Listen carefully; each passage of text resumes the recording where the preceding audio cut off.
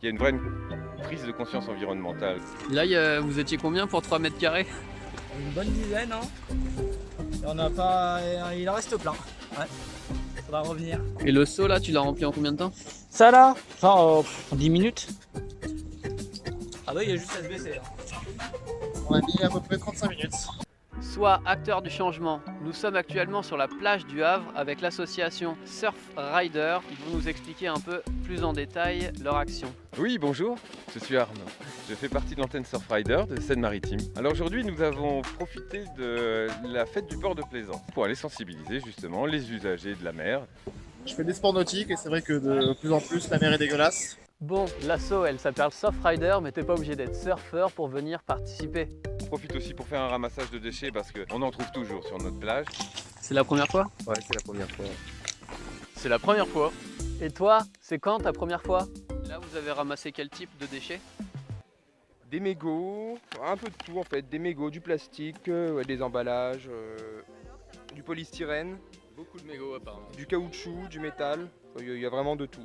Il y a tout ça. Voici les 10 items les plus ramassés en une semaine avec la vague écolo. Et beaucoup de déchets Dolmar. Ça par exemple c'est un bouchon de Dolmar, de la décharge. Et comment ils peuvent arriver là, les déchets de Dolmar? Bah, avec le vent, avec la mer. En fait tous les jours il y a des morceaux de déchets de la falaise qui se déversent dans la mer. Et puis on voudrait faire un rassemblement, montrer que ça fédère toujours, que les gens sont de plus en plus concernés. Pour relever le doigt sur un problème qu'on a ici au Havre, on a la plus grande décharge côtière de France, qui est près dans le nord, un peu plus au nord du Havre, à 35 minutes à pied. L'accès y est interdit et c'est même dangereux d'y aller, donc ne surtout pas essayer d'y aller.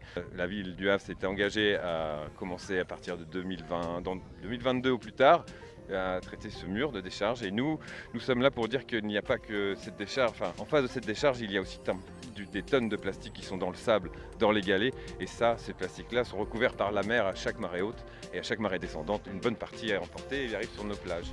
Nous n'avons pas le temps d'attendre 3 ans que le chantier commence sur la falaise de déchets. On veut juste une solution, donc trouvons une solution, voilà pourquoi nous sommes là. Comment vous avez entendu parler de l'action? Par des connaissances, ouais. Qui m'en ont parlé et c'est sympa de le faire.